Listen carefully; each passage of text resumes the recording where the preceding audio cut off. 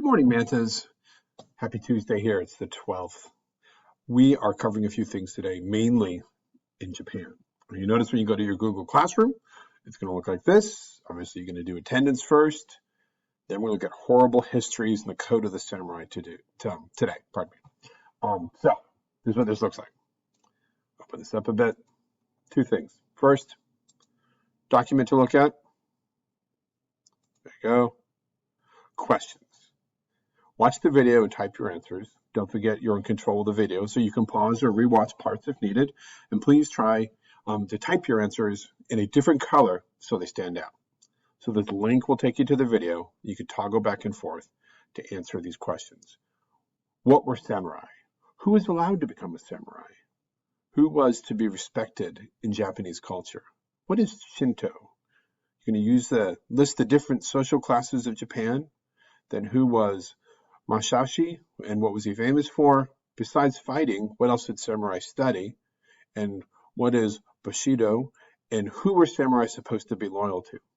Now, the movie itself has a different look to it. I'll just give you a glimpse at it.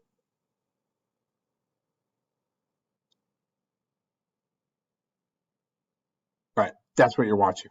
Okay, so that's the first part. Horrible histories about the samurai. And then, a little more academic here,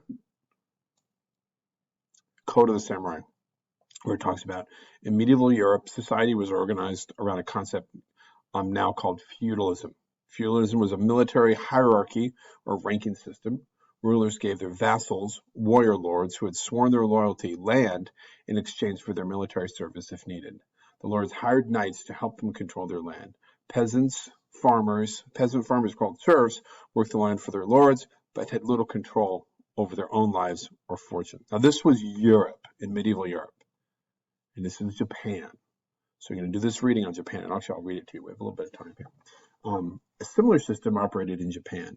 Beginning in the 1100s, this system lasted until the Japanese government changed during the Meiji Restoration of the late 1800s. In feudal Japan, the emperors chose shoguns or military leaders to rule over the country. These shoguns, in turn, awarded power to the daimyos, or local lords. Daimyos hired samurai, which were the equivalent of knights. In feudal Japan, samurai were the warrior class, much like the European knights. The samurai held and exercised much power and influence. Now, samurai followed a strict code of conduct called Bushido that provided guidelines for all aspects of life. The written word for Bushido is a mixture of two Japanese characters, bushi, which means warrior, and do, which means way. Placing the two characters together gives the meaning of the way of the warrior. The Asian religions of Confucianism, Zen, Buddhism, and Shinto had a strong influence on the Bushido code. The 7 virtues of Bushido were based on the principles of these philosophies. The virtues were courage, respect, honesty, honor, loyalty, rectitude, or doing what is morally correct, and benevolence, or desire to help others. Discipline and filial piety, or respect and care for parents and elders, helped samurai fulfill these ideals. Samurai were extremely dedicated to the Bushido code. Should a samurai fail to uphold the code, he might commit ritual suicide, or I knew that seppuku. He would stab himself in the abdomen with his wasashi short sword and make a crosswise cut, sometimes with a sword. This sounds quite shocking, but there was reason behind it. The solar spirit was believed to reside in the stomach, and samurai viewed the act of seppuku as a way to purify the soul and to ease dishonor. A samurai's belief guided his actions throughout the day.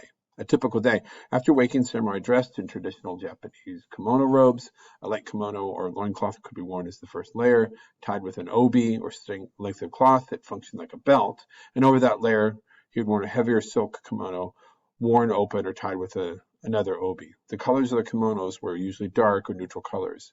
Samurai children's kimonos were the ones exception to this. These kimonos were colorful and showy. Samurai grew their hair long and twisted up into a top knot or shamaj. A clip or small hat secured the top knot. In preparation for battle, samurai shaved the top part of their heads. This kept their heads cooler under their heavy battle helmets. A samurai carried his katana or longsword and his wakizashi tucked in the outer obi. Samurai usually ate a traditional breakfast of rice, vegetables, and fish. After finishing with dressing and eating, a samurai trained in the martial arts. He practiced with male members of his family or at a special training academy. Samurai started their religious training in childhood.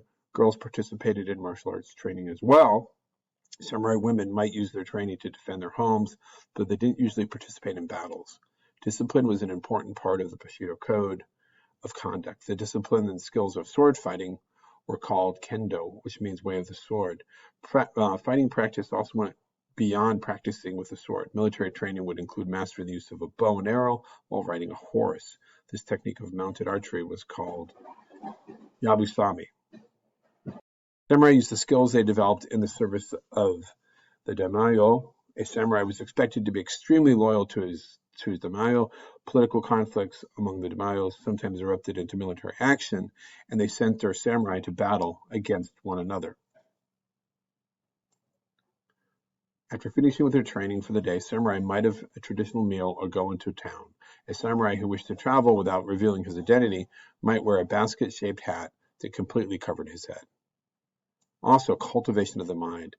The Bushido model stated the warrior needs to master the bow and horse as well as the brush and the sword, or word, pardon me. When they were working on their military skills, samurai developed their minds. They studied Buddhist teachings, poetry, writing, calligraphy, and painting, which was the Japanese art of flower arrangement. And the Japanese tea ceremony originated with the samurai arts culture as well.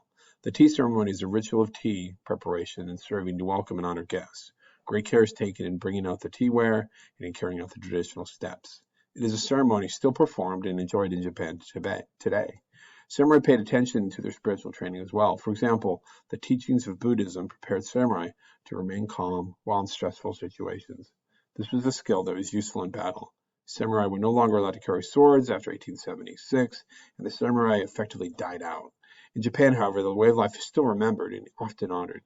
Many modern Japanese still take elements of the Bushido philosophy seriously, and some continue to practice the same cultural arts. The way of the warrior continues. Now, what you're going to do here, we can do this, is answer this question. Move this down just slightly.